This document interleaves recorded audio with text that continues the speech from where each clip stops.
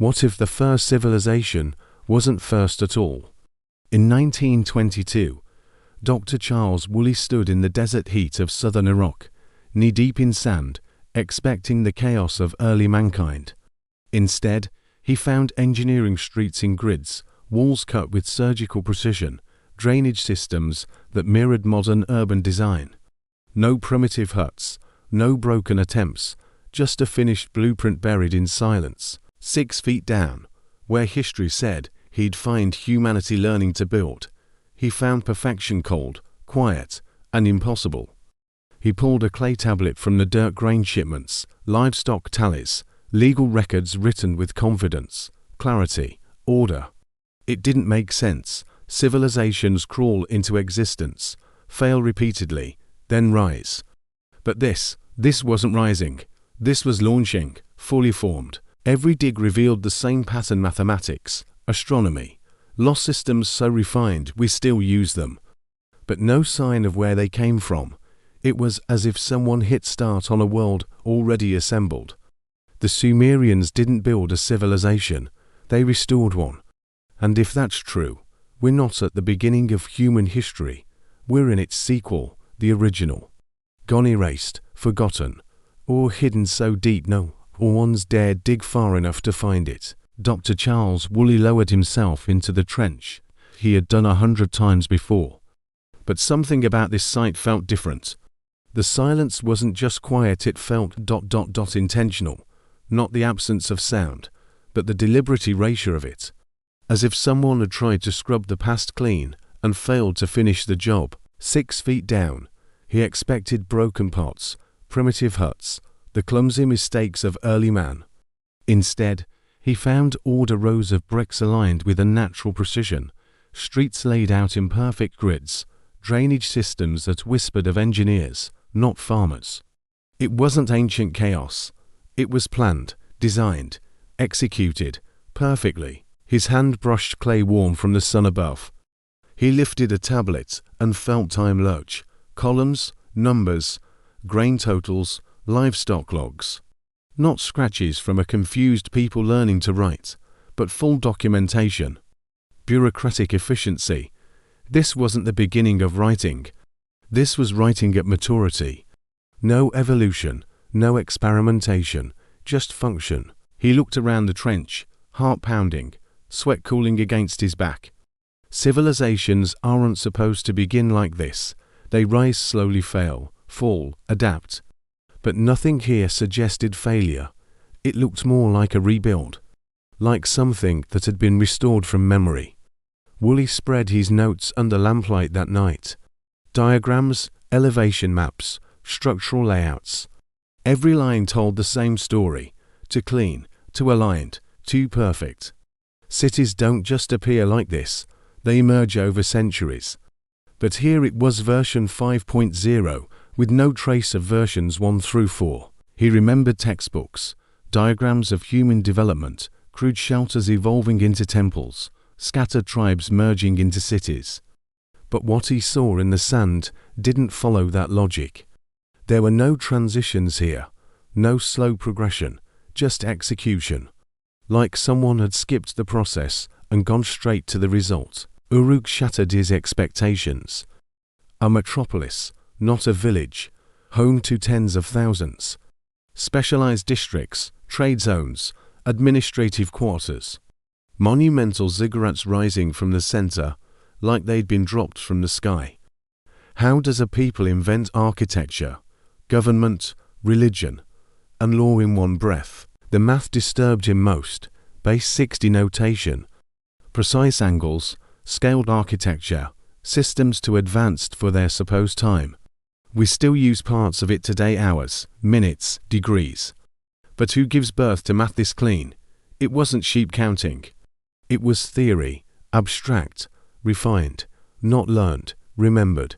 He walked the perimeter of the ruins at dusk, footsteps echoing off walls that had stood for 5 millennia. The alignment was exact, north to south, east to west. Astronomical precision baked into brick.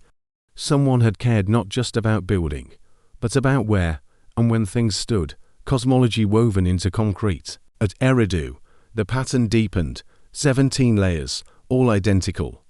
Same plan, same angles, same dimensions. It wasn't evolution, it was obsession. Builders didn't innovate. They copied, perfectly, like they weren't allowed to change anything. Like they feared forgetting. Civilization as preservation, not invention. Why repeat the same blueprint for centuries? Why refuse to adapt? Woolley ran his fingers across the ancient floor. The answer wasn't written anywhere. But it was clear in the stone.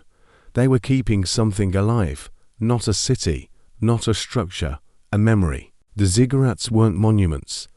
They were messages, built not to impress, but to last. Stone aligned with stars that no longer rose where they once did. Foundations carved with math no farmer should know. They weren't reaching for a heaven. They were pointing back to something older than time itself. The further Woolley dug, the more the silence roared. There were no proto-cities, no test models. Just full civilization, fully formed, right out of the gate. Every wall he unearthed was an argument against the official story, the one he had spent his life teaching. He remembered his first lecture, how cities form, how writing begins, how knowledge spreads. But this clay didn't care about his lectures. It told a different story, one where Sumer wasn't the start, one where something else came first and vanished. The myths he once laughed at now haunted him. The Anunnaki, those who came down, not who rose up, not who evolved, but who descended. Myths, maybe, but the cities matched the stories. And sometimes, stories hide facts too dangerous to tell outright. Each dig felt more like exhumation, not of bones, but of knowledge. Knowledge someone tried to bury, but couldn't quite hide. Each layer whispered the same thing: this isn't new. This is recovered, restored, remembered by builders who refuse to innovate. Because innovation risks corruption, the educational tablet stunned him. Children didn't experiment with writing. They memorized thousands of lines, legal codes, mathematical tables, astronomical records. Rote, strict, exact. Schools weren't creative. They were preservative. Training scribes not to think, but to copy perfectly. Who builds a school system just to repeat? Unless what you're repeating can't be rebuilt. Unless it's a system so old, so powerful, that even a single error might destroy it. Civilization as backup file, language as recovery code. And yet, no one knew where it came from.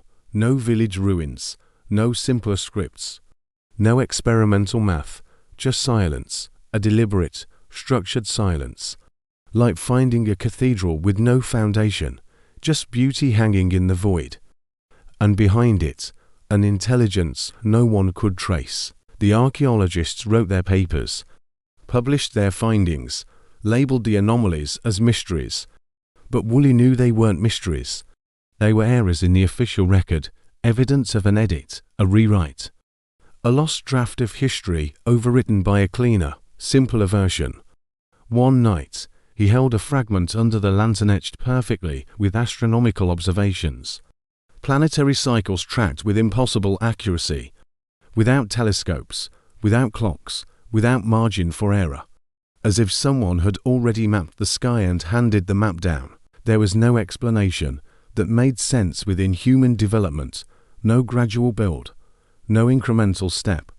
Just the presence of minds that knew the end from the beginning and left instructions for those who would one day forget. And now, standing in that trench, Woolley wasn't asking what the Sumerians built. He was asking what they remembered, what they were trying not to lose, and who had taught them to fear forgetting more than death itself. Professor Samuel Kramer ran his fingers across the cuneiform symbols, each wedge pressed into clay like it had been cut by a surgeon. This wasn't trial and error. It wasn't a learning process.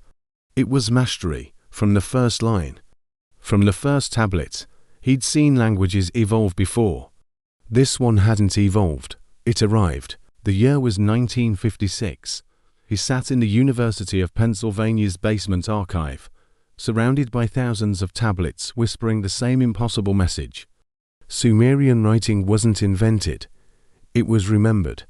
Every document showed order, columns, rules, structure, syntax, not the chaos of a culture discovering symbols, but the quiet control of people recovering a system they never fully understood.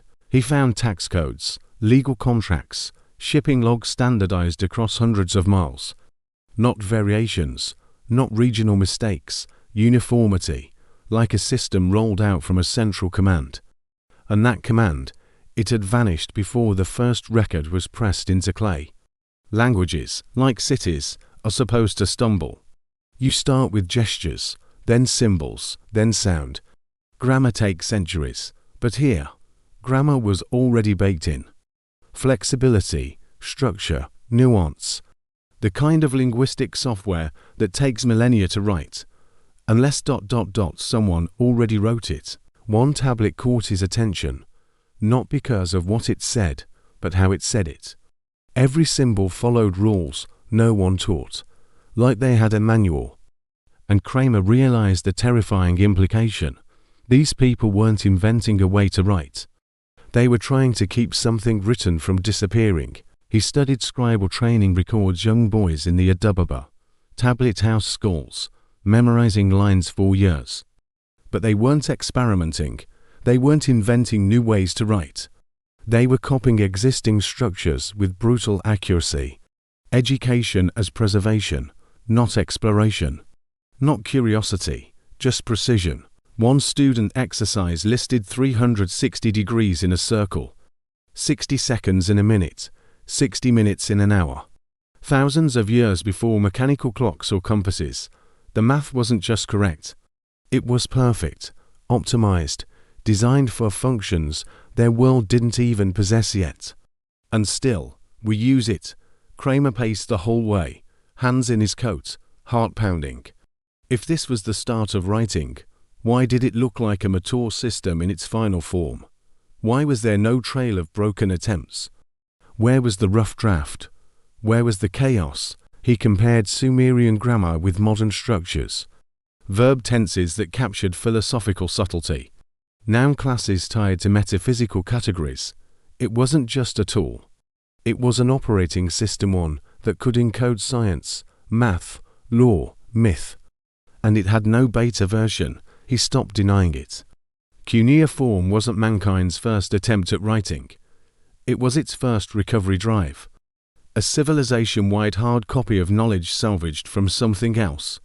Something older, something bigger, and long since erased. The deeper he looked, the more disturbed he became. The earliest astronomical tablets didn't just track stars. They predicted them, accurately, consistently, with a margin of error smaller than some modern charts. No trial runs, no oops, just certainty. He found a tablet tracking Venus the morning and evening star across a full 8-year cycle. A cycle even the Greeks got wrong, but the Sumerians didn't. They didn't just know it was one object. They knew its motion pattern better than any pre-telescope society should have. Dr. Hermann Hunger, decades later, would hold a similar tablet VAT4956 recording lunar and planetary cycles to the second. He knew what it meant. These weren't sky-watching farmers. These were professional astronomers, or their students. Someone had taught them to measure the sky like it was a machine.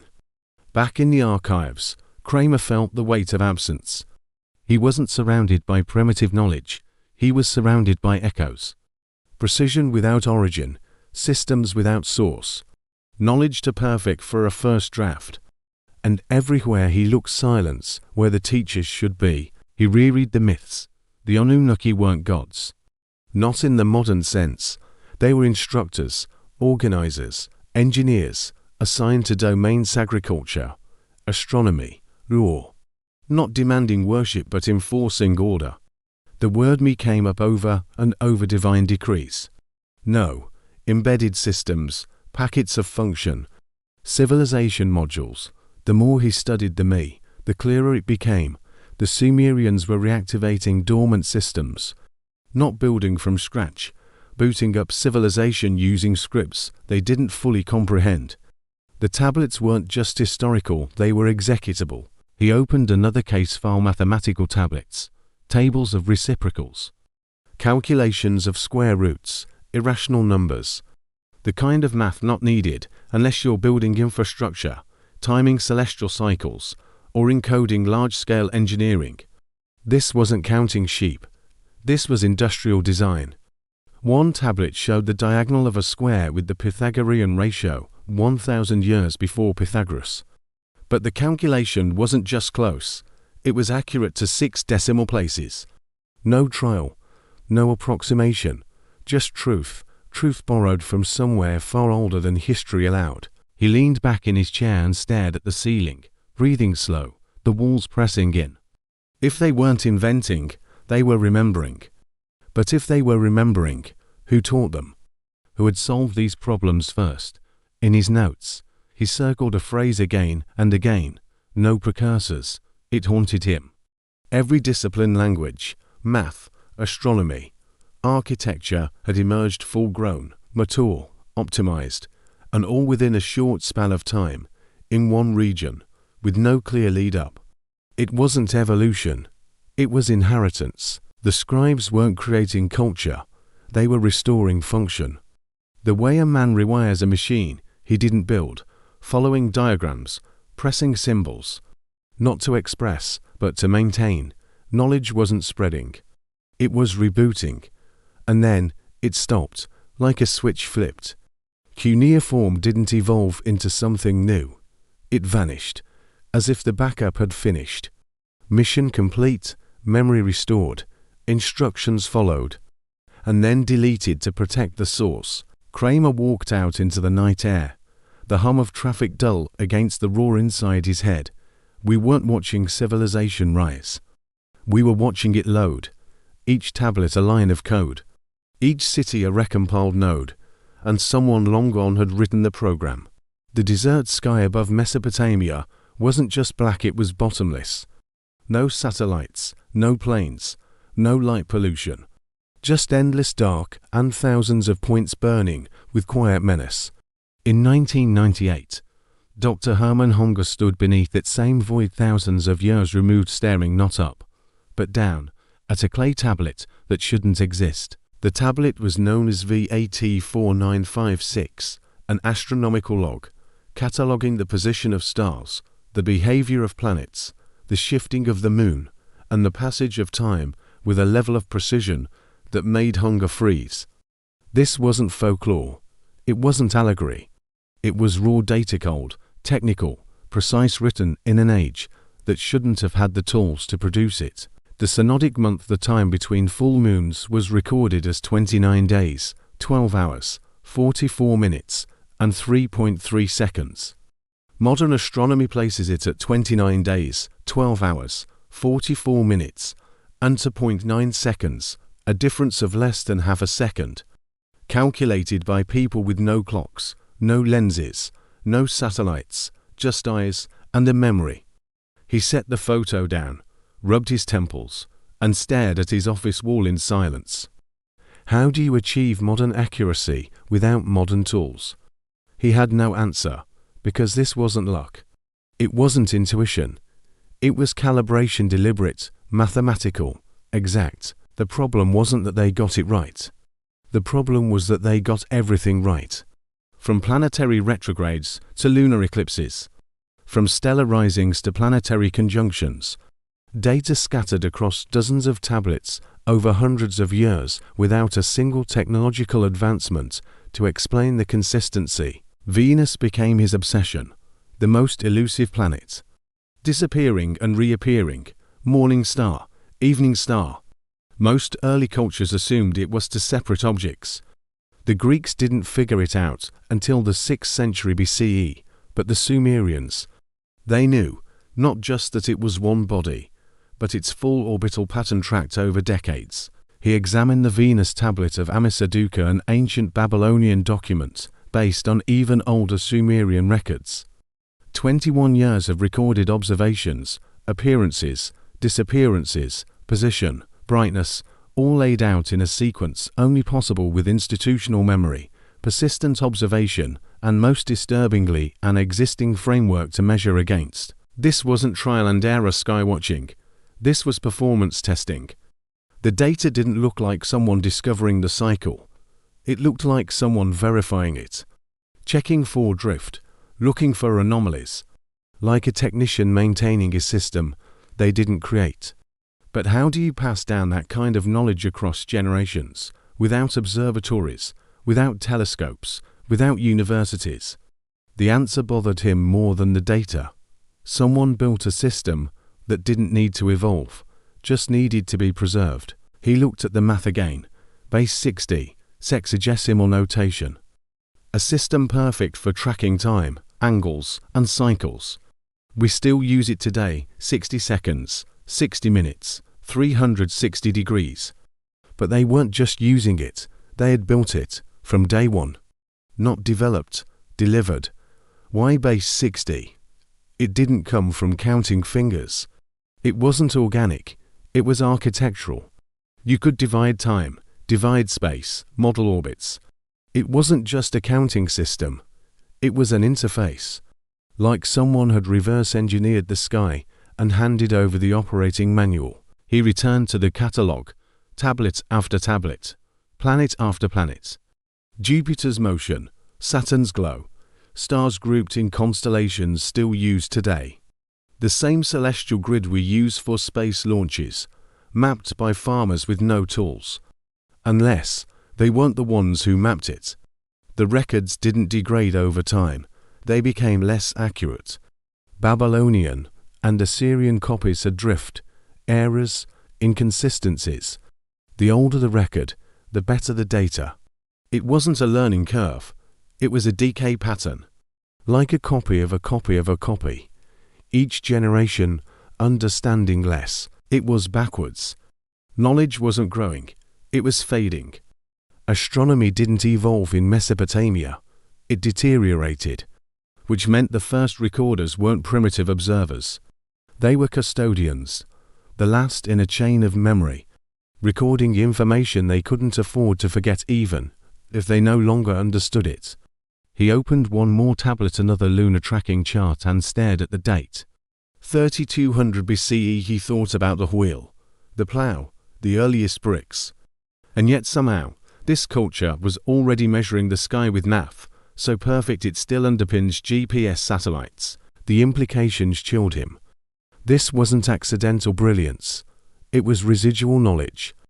A civilization starting at the level others took millennia to reach, as if they hadn't learned from scratch, but had been shown what to measure, what to look for, what mattered. He remembered a line from the myths. The gods taught men to read the stars.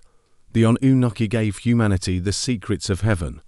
Most scholars dismissed it as metaphor, but the tablets didn't feel metaphorical. They felt procedural. They weren't telling stories.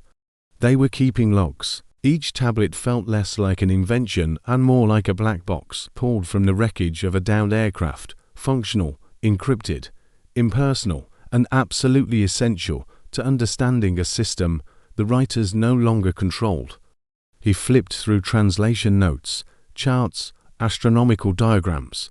Venus, Mercury, Mars, every pattern known, every motion catalogued, but nothing explained how it started. There was no origin point, no arc of development, just arrival. Then repetition, then loss. Outside his window, Vienna's streetlights blurred the stars into nothing. But 5,000 years ago, someone stood under that same sky and knew what they were looking at. They weren't guessing, they were remembering. Dr. Hunger leaned over a stack of star charts, hands steady, but mind spiraling. Every line he read pushed the same conclusion closer. The ancients weren't studying the sky, they were maintaining it. Like janitors dusting off machinery built by hands no longer present. Not curiosity, obligation, rituals that preserved a system they didn't dare alter. The Sumerians described constellations that hadn't yet shifted from axial precession.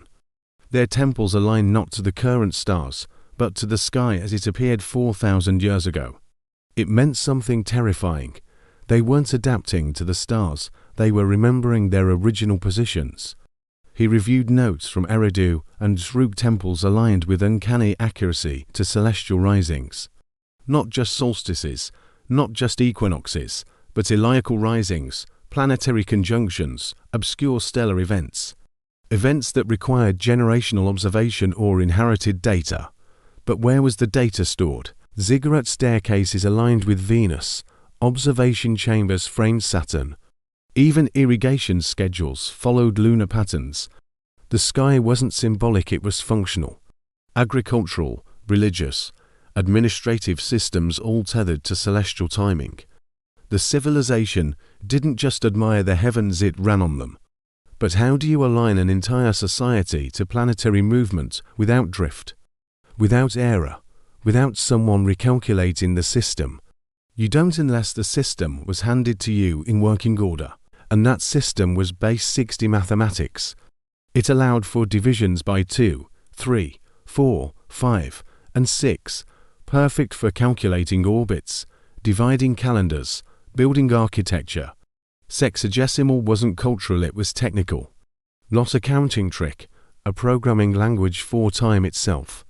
He picked up a photograph of the Venus tablet again. The layout wasn't decorative. It was structured like a spreadsheet. Dates, positions, intervals, precision. No room for myth, no room for error. Just mechanics functional, preserved across centuries by scribes who never claimed to understand the math. The myths always said the same thing. Those who came down taught us, the Anunnaki, the seven sages, always descending, always delivering knowledge. They didn't invent, they restored. Not God's technicians, astronomers, civil engineers. Their legends preserved not theology, but procedures. Most scholars waved it off symbolism, metaphor, allegory. But Hunger had worked along with raw data. You can't symbolize a correct orbital period to within seconds. You can't accidentally calculate planetary cycles over centuries without institutional memory and instruments no one admits existed. He stared at the oldest star charts again. The constellations hadn't changed much. Orion, Leo, Taurus still with us. But why those shapes? Why those names? Why those placements? Were they storytelling tools? Or calibration points from another time? And if they were calibration points, who were they calibrating for? He searched for signs of error, some hint that these ancient astronomers were guessing. But the records didn't drift over time, they dropped in precision. As if the knowledge had been copied, not tested. As if each generation followed the last, without understanding the foundation. The later tablets contradicted the early ones not because knowledge improved, but because understanding faded. The Venus cycle became distorted, eclipses were mispredicted. Axial shifts were misaligned, the sky didn't lie. The people just stopped knowing how to read it. Hunger leaned back, eyes burning. The silence wasn't just archaeological, it was systemic. The same silence Woolley had heard in the ground. The same absence Kramer found in the grammar. The same deliberate void where the architects should have been. He checked the translation again. The gods measured the heavens and handed down the stars, not discovered. Not invented, handed down. A subtle phrase, but in ancient Sumerian, word choice was everything. This was memory, not achievement. He imagined it then as civilization standing under the sky, holding charts they didn't write, performing calculations they didn't invent, building temples to keep the data aligned. Every structure, every ceremony, every sunrise measured and matched to instructions to alter question. If this was true, the sky was inherited, then the implications were cosmic.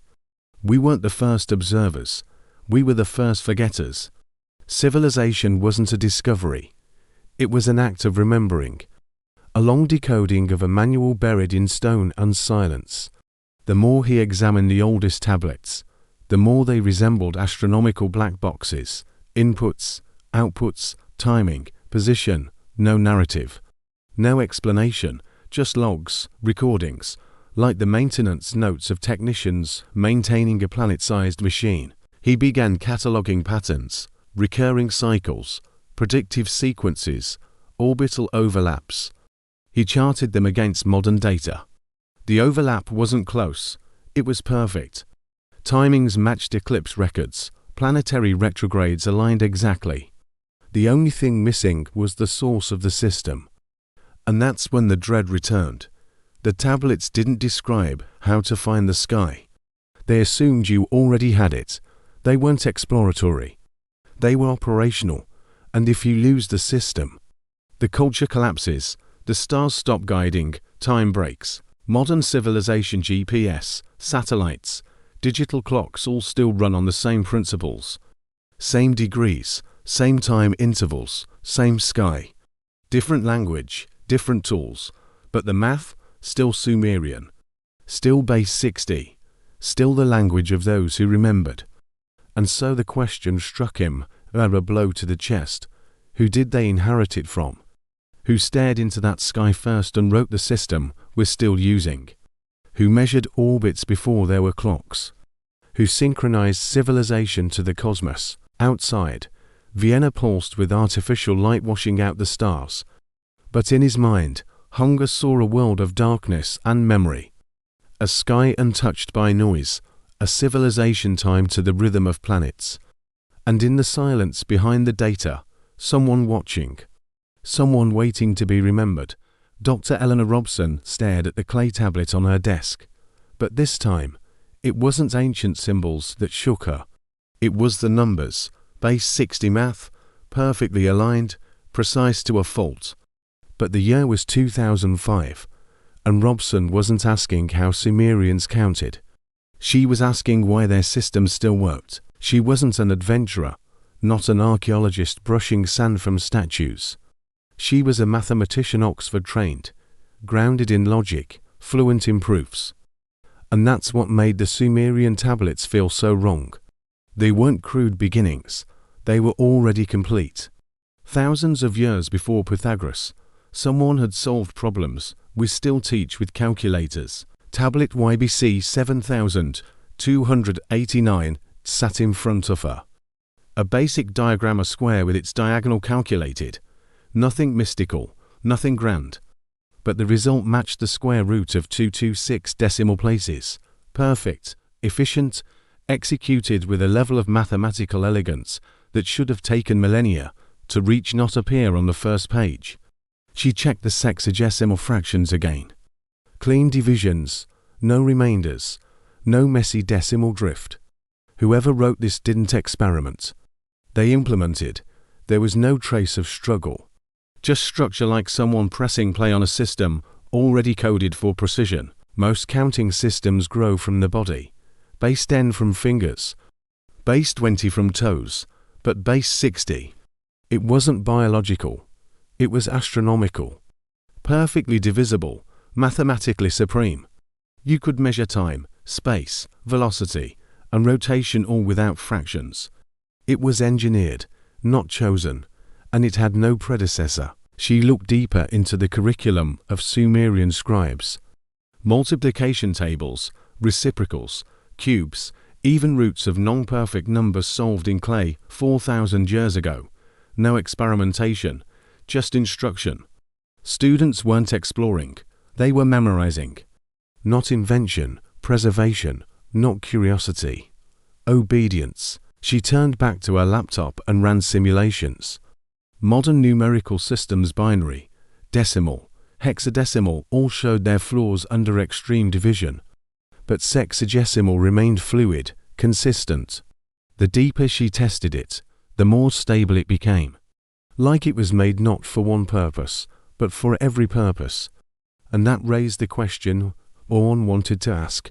How do you design a numerical system that survives thousands of years across every technology humans build, from water clocks to atomic clocks, from sundials to satellites? What kind of mind does that? She read deeper into the mythology, expecting chaos, contradictions, divine absurdity. Instead, she found structure. The Anunnaki taught humanity the measurement of time and the laying of foundations, not metaphor, specification. Rituals weren't spiritual. They were technical, timekeeping disguised as worship. She turned to the calendar system's 360 days, broken into 12 months, each aligned to a celestial pattern, not only consistent, but predictive. It wasn't a religious cycle. It was a computational framework, an early version of data architecture, timed to planetary events. The more she looked, the more familiar it felt. The logic, the formatting, the redundancy. It wasn't mystical, it was digital. Each number a node, each ratio a function, like a database coded into clay. And the worst part, they didn't understand it, they just obeyed it. The early scribes didn't theorize. They copied the same tables, the same structures, generation after generation. Each number precise, each formula unchanged. No deviation, no simplification. Like someone was terrified of altering the system even slightly. She opened a second tablet, a survey record. Agricultural field boundaries mapped using Pythagorean triples. Long before Pythagoras was born, the numbers weren't just used, they were applied. Infrastructure built using abstract math that hadn't been formally invented yet. Or maybe had been lost. She looked again at the scribal instructions. Dozens of lines etched in clay. Perfect ratios for bricks, weights for silver, angles for construction. Nothing symbolic, all functional, all embedded in a system that left no space for improvisation. You followed the code or the structure failed. What she was seeing wasn't evolution. It was deployment. A complete operating system, rolled out in stone, maintained through rote memorization, designed to be immune to drift. Not knowledge from the ground up, but knowledge dropped in, all at once. The more she analyzed, the more the numbers became ghostly. Not just because they were ancient, but because they were everywhere. In GPS algorithms, in computer processors, in orbital mechanics. Her entire life ran on systems still coded in sexagesimal logic. Why does 360 make a perfect circle? Why do we carve the globe with degrees, minutes, seconds long after we abandoned every other ancient system? Why did this one survive? Because it worked too well to kill. Because it wasn't human. She stared at her modern watch ticking 60 times per minute, felt her heart sink to the rhythm, then looked at the clay tablet again. 5,000 years. Same pulse, same precision, same math. She wasn't uncovering history. She was tracing the roots of a machine that never turned off. And whoever built it didn't just understand math, they understood humans. They knew how to bury structure inside ritual, how to preserve function inside belief, how to embed instruction inside obedience. That wasn't cultural development. That was engineering psychology. Robson shut her laptop. Her office felt suddenly too modern, too artificial, but the math hadn't changed. It was still there in her watch, her computer, her phone, a ghost from the first civilization. A system they didn't invent, but inherited. From where? No one could answer, but she could feel it now. The numbers weren't human.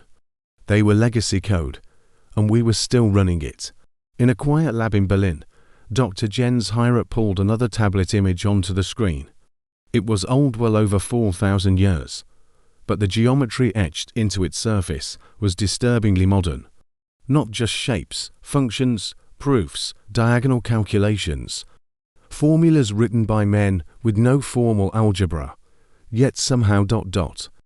Already solving equations we still teach in universities. The symbols weren't guesses, they were instructions. Repetitive, clear, unchanging. Scribes weren't playing with triangles. They were using them, constructing, measuring, dividing land, calculating volume, pure applied math. There was no sign of discovery, just deployment.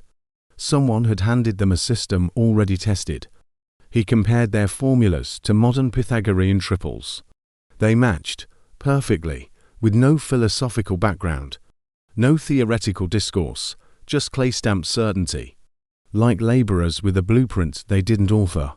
Math that shouldn't have existed but did, in full. The ancients didn't use variables. They used narrative equation sentences describing relationships between shapes. Yet somehow, they were solving quadratic problems before quadratic theory was even named. Like a man following instructions in a foreign language, but building a skyscraper just the same. He tracked the use of e.g., the term for reciprocal. It showed up again and again. Not just in calculations, but in economic records, architectural plans, grain rations. Reciprocals embedded into daily life. This wasn't conceptual. It was systemic. Even more baffling, there was no known lead-up. No half-right attempts, no evidence of failed drafts. Just the arrival of fully formed algorithms. Like someone passed the final exam without ever attending the first class. He studied the records from the scribal schools. Students didn't learn why math worked. They memorized the tables, repeated the patterns, recited the steps. They weren't trained to innovate. They were conditioned to preserve. The math wasn't taught. It was archived. That's when it clicked. These tablets weren't academic. They were operational. They weren't explaining math. They were executing it, like command lines typed into clay. With no concern for theory, only for output, for function, for results. And the more he read, the more he felt it. This wasn't invention. This was instruction following, the kind passed down by people who couldn't afford to forget. People who didn't dare improvise, because the cost of deviation wasn't failure, it was collapse. He found a tablet listing volume calculations for irregular fields. Not estimated, solved. Advanced interpolation techniques. Mixed units, conversion formulas. This was pre-modern agrarian society, functioning like a modern surveyor's office. Precision-driven, efficient, but without the scaffolding we associate with discovery. The Babylonian Plimpton 320 tablet had long haunted him, its columns listing Pythagorean triples with incredible accuracy. Not approximated. Not derived by guesswork. Full solutions. Lined up. Optimized. Yet no record of how they derived the logic. As if they had the answers, but no memory of the question. Higher up walked the perimeter of the lab, fingers tight behind his back. This wasn't about tablets anymore. It was about memory. Not the memory of men, but of systems, of instructions buried so deep they'd survived cultural extinction. He opened a study on temple construction. Proportions were consistent. Wall heights, platform lengths, stair ratios, all based on base 60 units. The ziggurats weren't just symbolic, they were coded. Their dimensions were integers in sexagesimal. Their design was math, wrapped in stone. He reviewed architectural diagrams, many drawn post hoc from ruins. The ratios were always clean, always scalable. Like the buildings weren't just spiritual, they were mathematical expressions. Someone had mapped space using logic that required abstract thinking. Thousands of years before abstraction was named, the calendar matched the geometry. 12 30-day months, 5 correction days. Each segment mirrored in temple architecture, in city layouts, in festival rhythms.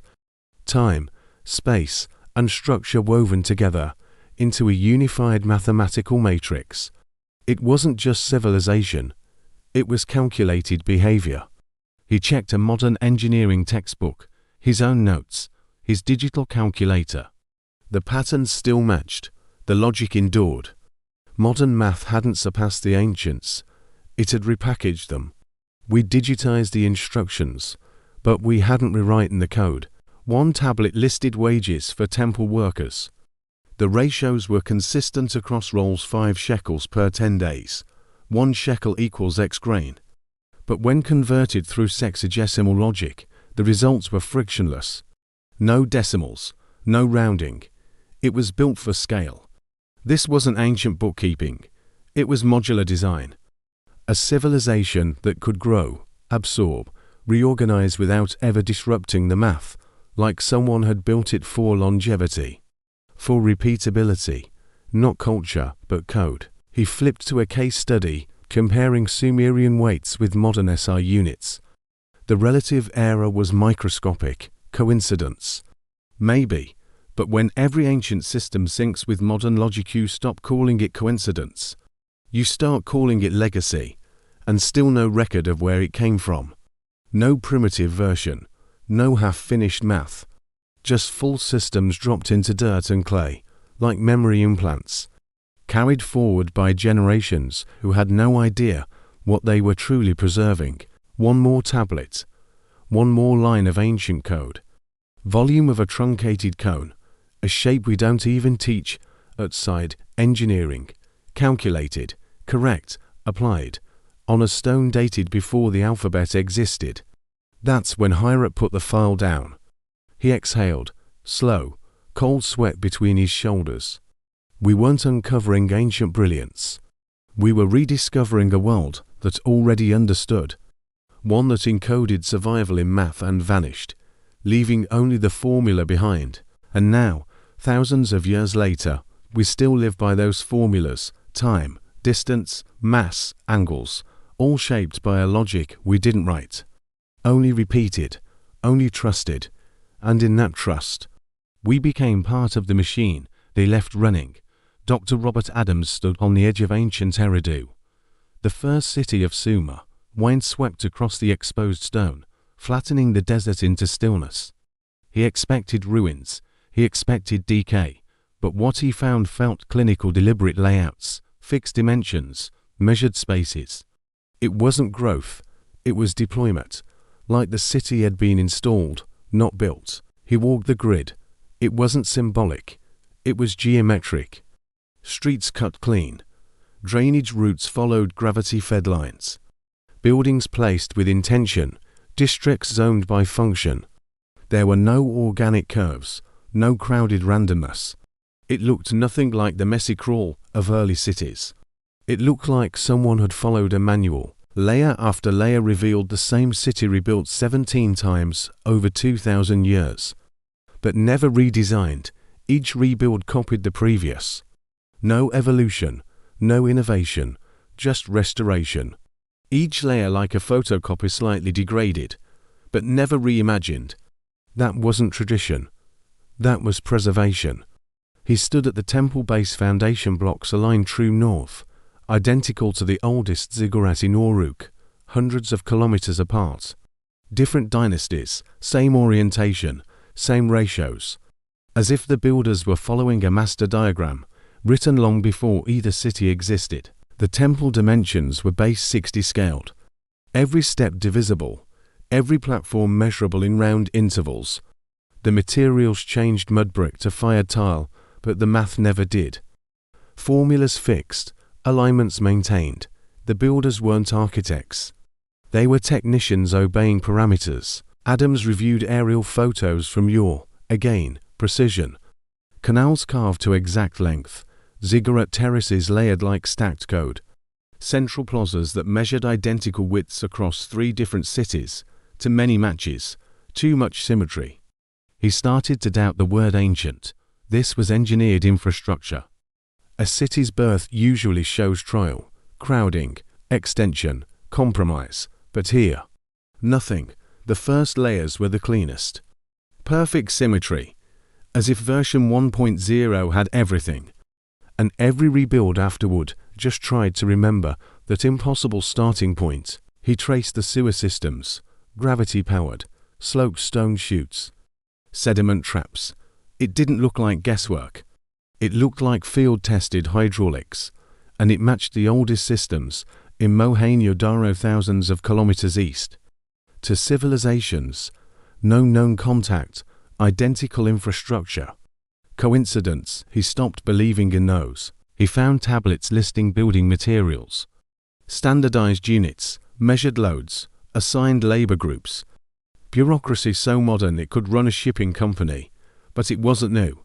These records existed from the first construction, meaning the system didn't evolve. It arrived. Adams sat under a canopy as the sun burned low. The dig teams were quiet. Most had stopped asking questions. It was easier to label things ritual or symbolic, but he couldn't. These weren't symbols. These were specifications. These cities were following instructions. He flipped through maps: Eridu, Uruk, Lagash, Nipper. Different regions, different times, but the core elements never changed. Temple center, administrative ring, outer residential grid. The same circuit, the same clock. Like cities weren't grown but restarted, over and over. Trying to replicate a design they couldn't afford to lose. He compared Eridu's layout to astronomical diagrams. The symmetry wasn't random. The angles corresponded to celestial markers, solstices, equinoxes, zenith crossings. These weren't aesthetic choices, they were calibration points. The cities weren't just functional, they were synchronized. That night, he looked through his notes again. Every anomaly pointed to a terrifying pattern. The further back he went in Sumerian cities, the more perfect the design became. Decay moved forward in time. Civilization didn't build up, it was bleeding out. He opened a report from the 1950s. Woolley's notes from Yor. One line stopped him cold. The city appears to have been constructed in one act, as if the builders knew exactly what they were doing. That wasn't a conclusion. That was a warning. The textbook still claimed cities evolved over time. But the dirt didn't support that story. The earliest layers were the best, fully formed, fully aligned. No scaffolding, no failed layouts. Just the sudden arrival of high-functioning urbanism. The story was backward. He looked at a city plan overlaid with base 60 grid lines. It matched, perfectly, every wall length, every street width, divisible by 60. Not because of coincidence but because the underlying math demanded it. Someone had built the grid before the cities. Then there were the building techniques. Not experimental, repeatable, the same brick molds, same angles, same load-bearing thresholds, passed from site to site like trade secrets. But there was no record of invention, no rough drafts, just final products. Adams reviewed the educational tablets again. Scribes were taught engineering specs by rote, dimensions, weights, slope ratios. They weren't solving problems, they were copying answers. And no one knew who wrote the original questions. He remembered one dig team finding an older foundation beneath Eridu. Cruder material. Same shape, same orientation, same size. The team called it proto-urban. But what if it wasn't earlier? What if it was degraded memory of the same blueprint? He began to think differently about collapse. Maybe cities didn't fall because of war or famine. Maybe they fell because the builders no longer remembered the full code, each generation replicating less, understanding less, until the math faded. And so did the order. He wrote one line in his notebook: "We're not the descendants of ancient genius. We're the orphans of forgotten engineers." It echoed through his mind as he stared at a wall drawn 5,000 years ago with more precision than anything built today. The silence of the ruins wasn't empty. It was organized, clean, disciplined, but hollow. Like a factory floor abandoned mid-shift, the power gone, the workers missing. But the machinery still in place waiting for someone who knew how to turn it back on. Adams drove 3 hours south to Nipper, another Sumerian city. The pattern hit him before the dust settled. Central ziggurat, administrative compound, residential sectors radiating outward like gears in a mechanism. The same layout, same math, same buried precision. As if all these cities were parts of a larger machine repeating a cycle no one understood anymore. He reviewed foundation stones, each one etched with the builder's dedication. But the language never varied. To restore what was, not build. Not innovate, restore, over and over. The architects never claimed invention, they claimed obedience. They weren't trying to create something new. They were trying to resurrect something ancient. He stared at one inscription, made his structure rise again, as in the days before. No cultural metaphor, just operational intent. Like an engineer restarting a system from old notes, hoping the function returns. That wasn't mythology. That was memory management. The urban design manuals, if you could call them that, weren't speculative. They were procedural. Standardized templates passed to new scribes, every measurement dictated, every angle fixed. There was no room for artistry. These were not cities, they were reactivations. He opened excavation records from Lake Ash, same pattern. Rebuilt 5 times over 1,000 years, yet no change in design. No adjustments for population, trade, defense. Every version copied the original right down to storm drains and corridor widths. It was architectural recursion. One layer at Uruk even reused brick molds from centuries prior. Identical curvature, same dimensions. The team thought it was thrift. Adams knew it was code preservation. Not because they had to, but because they didn't dare get it wrong.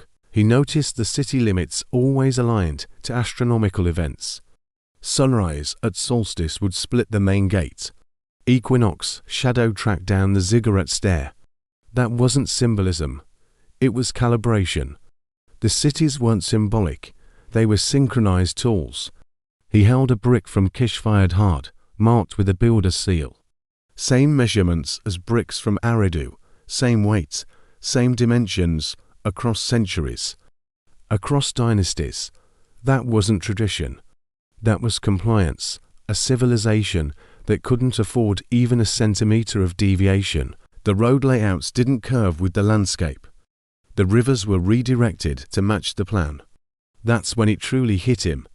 Nature didn't shape these cities, the cities reshaped nature. Like whoever designed them had the authority or the knowledge to override geography. The more he looked, the more it resembled programming, subroutines, templates, cities treated like installable packages. Each one plugged into a landscape, using identical protocols: build, align, activate, repeat, civilization as software. He checked notes from Akkadian texts describing city construction. Do not alter the sacred lines. Do not change the corners laid by the first men. Not religious doctrine. Technical warnings. These builders weren't just following tradition. They were operating under strict constraints like engineers avoiding system corruption. The ziggurat blueprints were always centered, always measured from cardinal points, always built in proportion to base 60 standards. The error margins across time, less than 1%.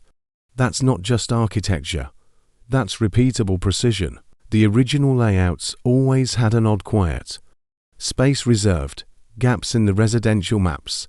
No overcrowding, no urban sprawl. It wasn't inefficiency, it was intention. Like room had been left for systems we no longer remember how to build. Adams thought of modern cities chaotic, improvised, layered with failure, but Sumerian cities, they were clean, minimal, geometric. He wondered if maybe that's why they failed. Not because they were overrun but because eventually ... no one remembered how to follow the plan. He read Sumerian hymns differently now.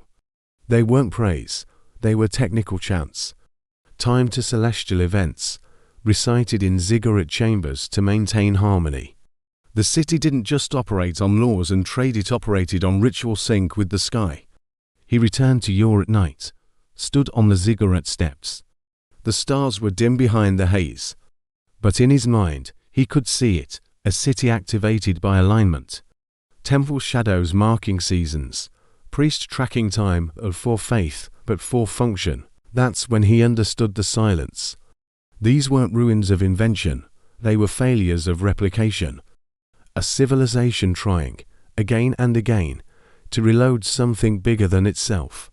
Each time getting a little further from the source code.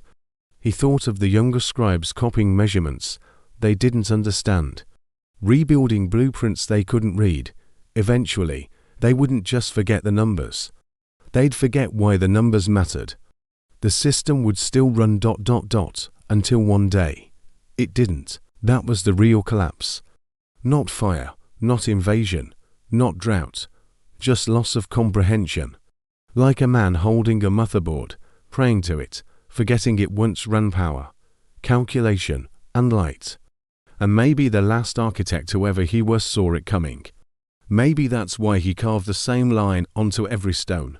Let this rise again, as in the days before, not to honor the gods, but to leave instructions for someone like Adams The dig ended in silence, but in that silence, Adams felt the shape of a truth too old for textbooks. These weren't primitive builders. They were the last custodians of a machine they didn't invent, and we thousands of years later were still walking across its bones. Dr. Zechariah Sitchin leaned over the oldest cuneiform records and didn't see worship, he saw design. The Anunnaki weren't portrayed as glowing beings or angels. They wore robes, held tools, carried measurement rods. They weren't painted in cosmic metaphors. They were charted like project managers, assignments, domains, roles. The gods, it seemed, were engineers. He stared at the iconography carved into Sumerian stone.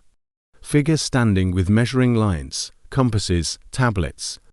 One figure holds a stylus, marking the stars. Another, a plumb line. These weren't mystical images. These were schematics, workforce divisions. Organizational charts passed off as mythology. The names weren't titles of worship. They were job descriptions. Enki, Lord of the Watery Deep Plumbing and Canal Systems. Enlil, Lord of Command Administrator, possibly military logistics. Ninhursag, the Lady of the Mountain, Overseer of Materials, Mines, Construction. Each one tethered to function, not fantasy. He flipped through the mythological creation texts, and again, no chaos gods. No random birth of existence, just assignment. The gods gathered to allocate labor among the cities. They created mankind, not from divine impulse but to lighten the workload, a workforce, created by necessity.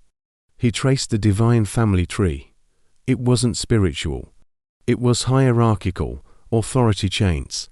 Senior roles, subordinates, a project board written in mythic language, but the tasks, they were earthly: irrigation, record-keeping, zoning, even livestock breeding. There were no halos, just blueprints. The 7 great gods weren't worshipped for morality. They were respected for infrastructure. The ones who taught men how to farm, measure, build. The Anunnaki weren't prayed to, they were followed. And when they vanished, civilization fell silent. Like a crew walking off a site mid-build, he read the epic of Atrahasis again. The gods labored in the fields until they rebelled, and mankind was made to relieve them. That wasn't poetry. That was process. Ancient men recorded a workforce transition. Creator gods delegating to created workers. Who builds gods that get tired? He highlighted a line. They measured the heavens, fixed the stars in their places, and gave men the calendar. It didn't sound like myth. It sounded like system boot up. Sky calibration, planetary measurement. A task list transcribed in divine language. Even their dwellings weren't clouds or heavens. They were described as the Eka, the house of the mountain, the place of descent, physical locations. Described in floor plans, dimensions, entryways, security. Every temple was a station, every throne a command seat. He paused at a tablet from Nippur, a diagram of Ninhursag's domain mapped in cubits, divided into zones. Priests weren't called servants. They were functionaries, their rituals timed to celestial events. Not to please the gods, but to keep the system running.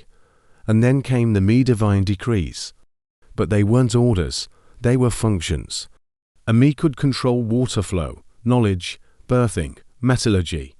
Not prayers, permissions, embedded protocols. You didn't praise a me, you activated it, like software. Sitchin proposed what few dared say aloud. The Anunnaki were a control team. A group that arrived, built, maintained and then vanished. Not spirits, not fables. Just flesh and blood engineers elevated into legend by the collapse of memory. He looked at depictions of the Anunnaki arriving on winged discs. Most dismissed it as artistic flair. But the details were technical concentric rings, exhaust plumes, orientation points. Descent not from the sky metaphorically but from above, literally. A landing, not a vision. The Enuma Elish creation myth mirrored cosmic mechanics. Not chaos, but orbits, collisions, planetary alignments. He cross-referenced the tablet with astronomical charts. The sequence of celestial bodies matched. A garbled memory of orbital mechanics dressed in divine costume. Sumerian priests weren't mystics. They were timekeepers, astronomers, surveyors. They didn't ask for divine favors. They kept the system in sync. Their chants were time codes. Their sacrifices were symbolic acts meant to keep a machine calibrated to the heavens. Sitchin noted how the Anunnaki names always linked to frequency, vibration, resonance, tones and words with power, but not magic activation codes. Not unlike passwords or encryption keys. The word of the god wasn't poetic. It was literal instruction. He circled a quote. Without the me of Enki, the city falls into ruin. Not because Enki was displeased, but because the system broke. The me was a modular function of civilization. Without it, water didn't flow, crops didn't grow. Not divine punishment, technical failure. The more he read, the more consistent it became. Myths mapped onto functionality, gods to roles, stories to systems. Collapse followed not disobedience but disconnection.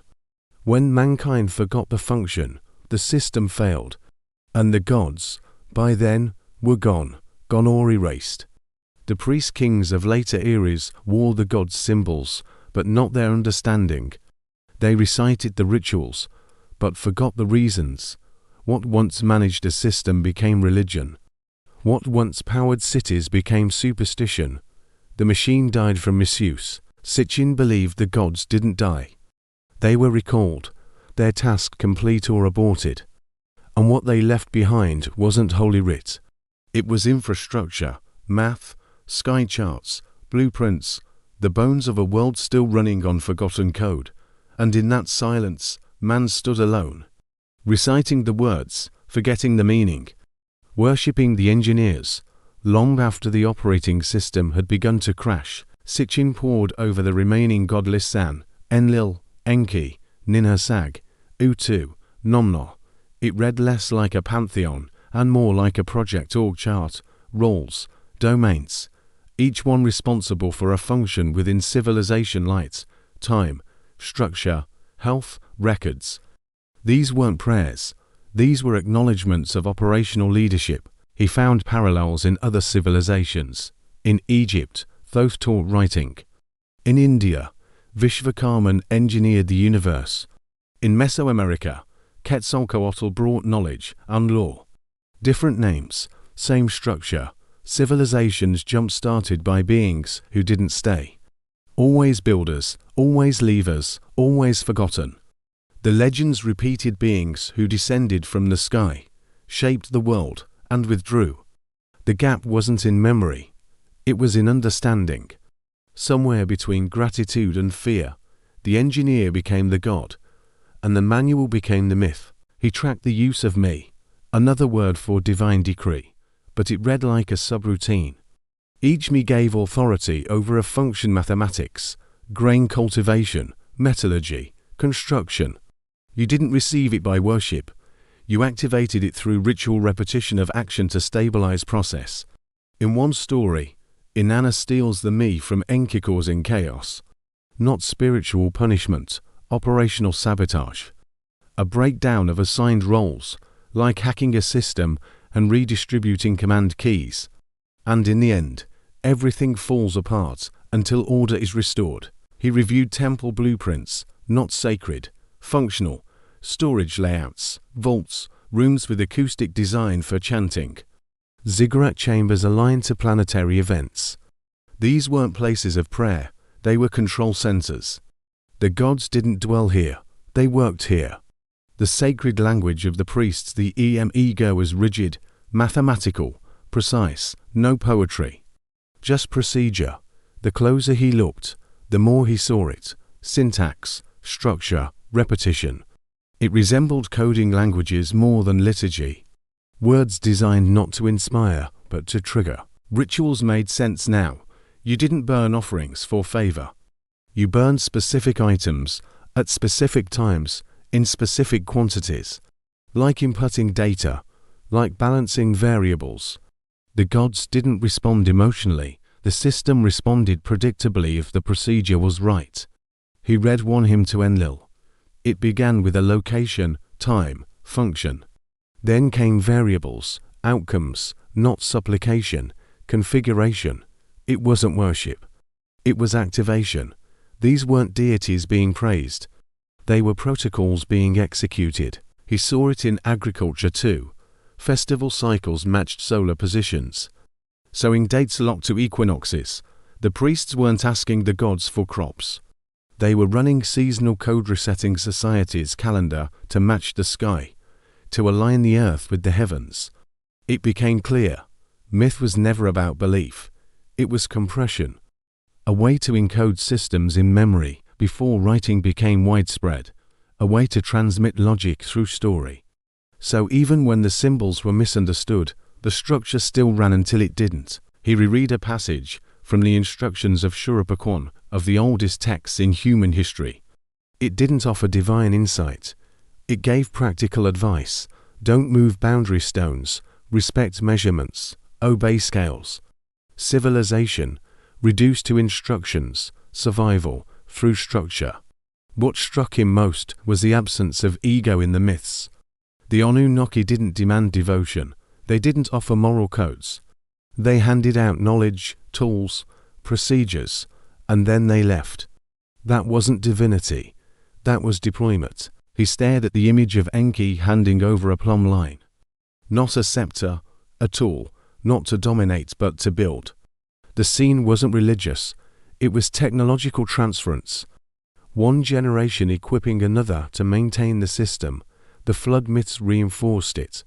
Not divine wrath, system reset. Civilization had collapsed. The gods returned briefly to re-establish function. Reseed life, restart agriculture. Then, gone again, always gone. Like a team shutting down a damaged node and moving to the next. The question kept circling back. Where did they go? If they were biological, where were the graves? If they were divine, why did their systems fail? But the myths never say they died. Only that they withdrew, receded, vanished into heaven, or maybe ... into orbit. He tracked astronomical cycles, Venus returns, lunar eclipses, solar minimums, all embedded in the festivals tied to the Anunnaki, as if they would return on schedule, as if the sky held a calendar of their absence, as if we were supposed to wait, but no one did. We turned protocol into prayer, command into legend, structure into superstition. And once the understanding was gone, the machine ran on fumes. Civilization didn't die. It degraded, like a perfectly built engine idling without fuel. He wrote a single note on the margin of his last tablet scan. We didn't create the gods. We recorded the supervisors, and now we operate their systems with no manuals left, their machines all around us built into time. Math, the grid beneath our cities. Still running, still waiting, still silent. Dr. Zechariah Sitchin leaned over the oldest cuneiform records and didn't see worship, he saw design. The Anunnaki weren't portrayed as glowing beings or angels. They wore robes, held tools, carried measurement rods. They weren't painted in cosmic metaphors. They were charted like project managers, assignments, domains, roles. The gods, it seemed, were engineers. He stared at the iconography carved into Sumerian stone. Figures standing with measuring lines, compasses, tablets. One figure holds a stylus, marking the stars. Another, a plumb line. These weren't mystical images. These were schematics, workforce divisions. Organizational charts passed off as mythology. The names weren't titles of worship. They were job descriptions. Enki, Lord of the watery deep plumbing and canal systems. Enlil, Lord of Command Administrator, possibly military logistics. Ninhursag, the Lady of the Mountain, overseer of materials, mines, construction. Each one tethered to function, not fantasy. He flipped through the mythological creation texts, and again, no chaos gods. No random birth of existence, just assignment. The gods gathered to allocate labor among the cities. They created mankind, not from divine impulse but to lighten the workload, a workforce, created by necessity. He traced the divine family tree. It wasn't spiritual. It was hierarchical, authority chains.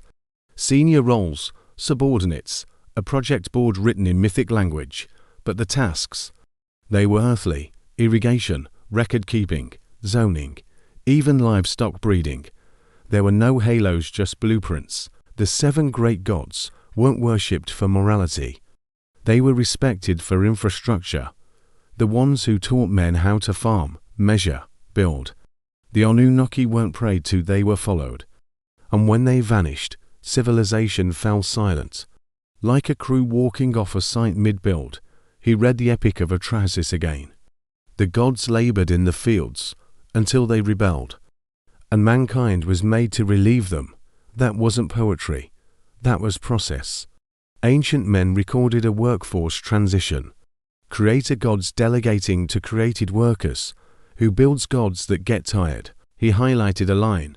They measured the heavens, fixed the stars in their places, and gave men the calendar. It didn't sound like myth. It sounded like system boot up. Sky calibration, planetary measurement. A task list transcribed in divine language. Even their dwellings weren't clouds or heavens. They were described as the Eka, the house of the mountain, the place of descent, physical locations. Described in floor plans, dimensions, entryways, security. Every temple was a station, every throne a command seat. He paused at a tablet from Nipper, a diagram of Ninhursag's domain mapped in qubits, divided into zones.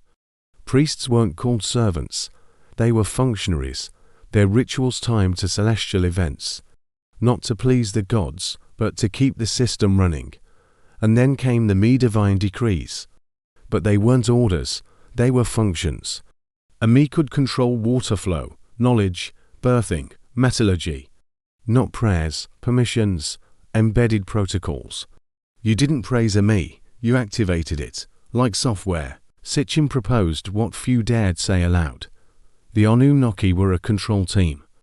A group that arrived, built, maintained and then vanished. Not spirits, not fables. Just flesh and blood, engineers elevated into legend by the collapse of memory. He looked at depictions of the Anunnaki arriving on winged discs. Most dismissed it as artistic flair. But the details were technical concentric rings, exhaust plumes, orientation points. Descent not from the sky metaphorically but from above, literally. A landing, not a vision. The Enuma Elish creation myth mirrored cosmic mechanics. Not chaos, but orbits, collisions, planetary alignments. He cross-referenced the tablet with astronomical charts. The sequence of celestial bodies matched. A garbled memory of orbital mechanics dressed in divine costume. Sumerian priests weren't mystics. They were timekeepers, astronomers, surveyors. They didn't ask for divine favors. They kept the system in sync. Their chants were time codes. Their sacrifices were symbolic acts meant to keep a machine calibrated to the heavens. Sitchin noted how the Anunnaki names always linked to frequency, vibration, resonance. Tones and words with power, but not magic activation codes. Not unlike passwords or encryption keys. The word of the god wasn't poetic. It was literal instruction. He circled a quote. Without the me of Enki, the city falls into ruin. Not because Enki was displeased, but because the system broke. The me was a modular function of civilization. Without it, water didn't flow, crops didn't grow. Not divine punishment, technical failure. The more he read, the more consistent it became. Myths mapped onto functionality, gods to roles, stories to systems. Collapse followed not disobedience but disconnection. When mankind forgot the function, the system failed, and the gods, by then, were gone or erased. The priest-kings of later eras wore the gods' symbols, but not their understanding. They recited the rituals, but forgot the reasons. What once managed a system became religion. What once powered cities became superstition.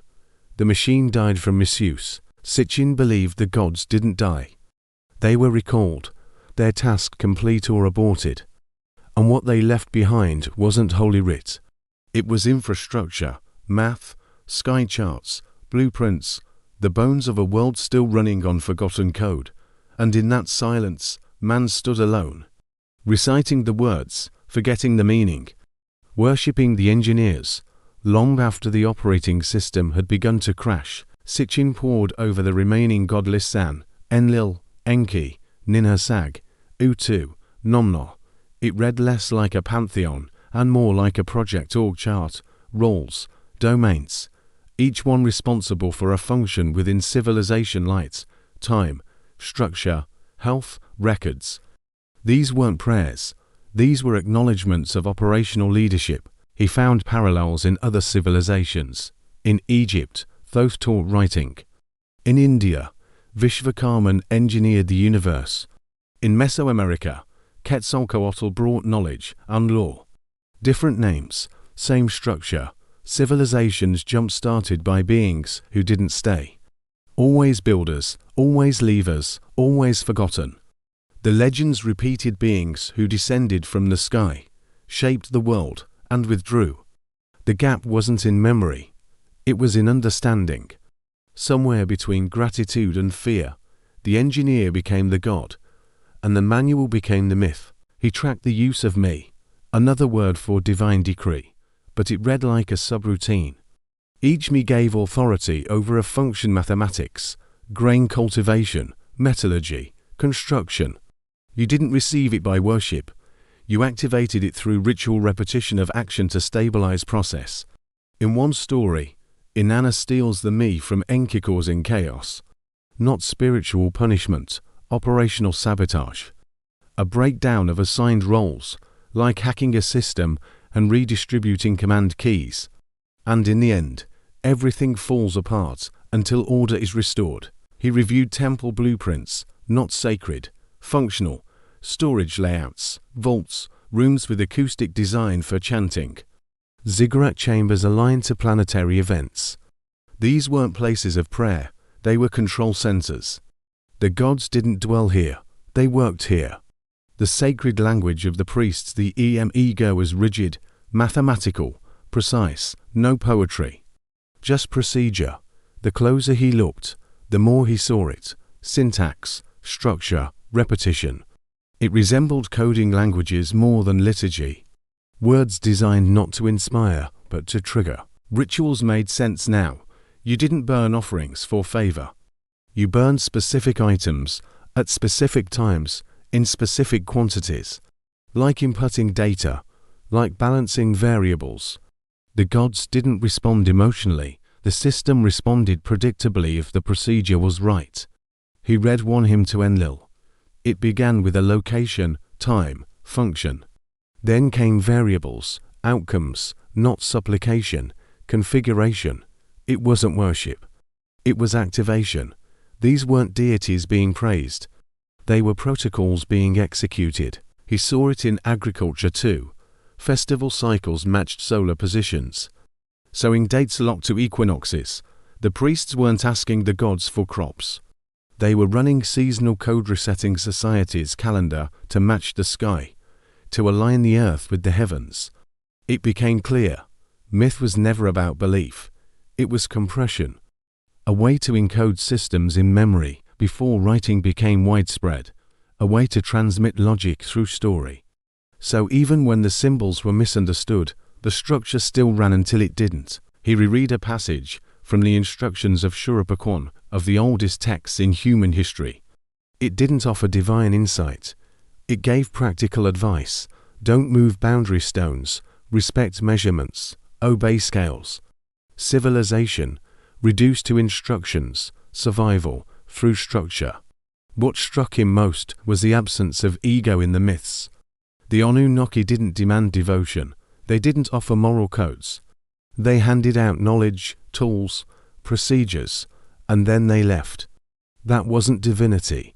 That was deployment. He stared at the image of Enki handing over a plumb line. Not a scepter, a tool, not to dominate but to build. The scene wasn't religious. It was technological transference. One generation equipping another to maintain the system. The flood myths reinforced it. Not divine wrath, system reset, civilization had collapsed. The gods returned briefly to re-establish function. Reseed life, restart agriculture. Then, gone again, always gone. Like a team shutting down a damaged node and moving to the next. The question kept circling back. Where did they go? If they were biological, where were the graves? If they were divine, why did their systems fail? But the myths never say they died. Only that they withdrew, receded, vanished into heaven, or maybe ... into orbit. He tracked astronomical cycles, Venus returns, lunar eclipses, solar minimums, all embedded in the festivals tied to the Anunnaki, as if they would return on schedule, as if the sky held a calendar of their absence, as if we were supposed to wait, but no one did. We turned protocol into prayer, command into legend, structure into superstition. And once the understanding was gone, the machine ran on fumes. Civilization didn't die. It degraded, like a perfectly built engine idling without fuel. He wrote a single note on the margin of his last tablet scan. We didn't create the gods. We recorded the supervisors, and now we operate their systems with no manuals left, their machines all around us built into time. Math, the grid beneath our cities. Still running, still waiting, still silent.